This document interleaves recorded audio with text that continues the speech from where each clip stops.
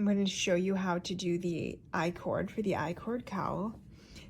It's important to have the I-cord done prior to starting the project because we will work it into this folded collar as we knit the project. If you don't have the I-cord finished ahead of time, that's okay, but you'll have to weave it through the neck of the collar after it's complete, and we found that it's just easier to knit it in as you go.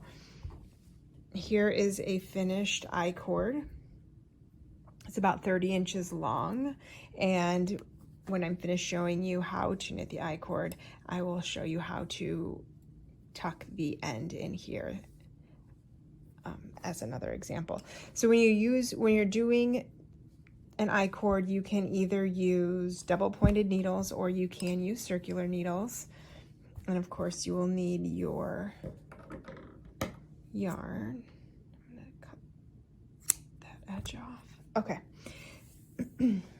I'll start out using double pointed needles. I cast on 3 stitches just with a long tail cast on.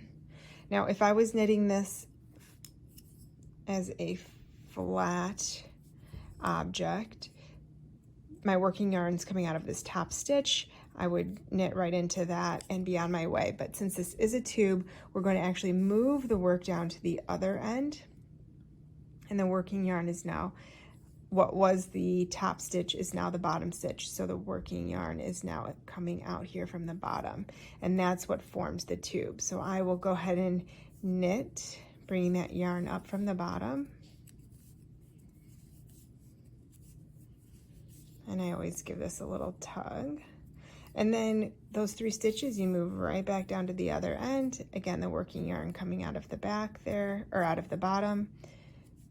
Knit these 3 stitches together. I'm sorry, don't knit them together, knit them. Knit 3 stitches.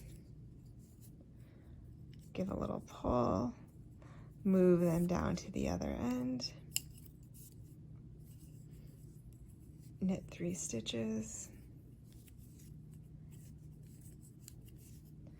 And you can see that the chain is already starting to form there. Do one more.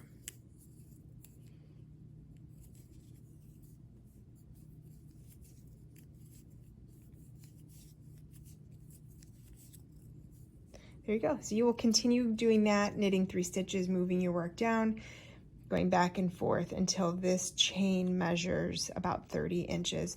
If you are using circular needles, it would work in the same way. So I just transferred the project over to circular needles. So I want this to be down here.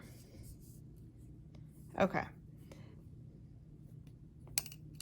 So again, the working yarn is coming here out of that bottom stitch.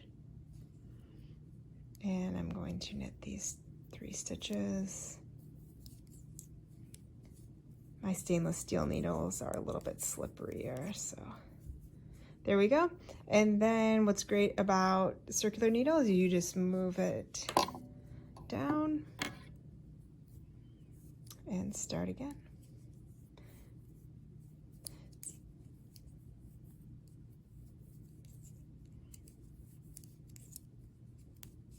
There you go. When you are finished, go ahead and do a standard bind off, and I'm going to show you then what to do with the tail. I thread a tapestry needle and then just try to fish it through the tube that you have formed. And if you pull it tight, it will kind of curl up here on the end. And then when you straighten it back out, that tail will disappear.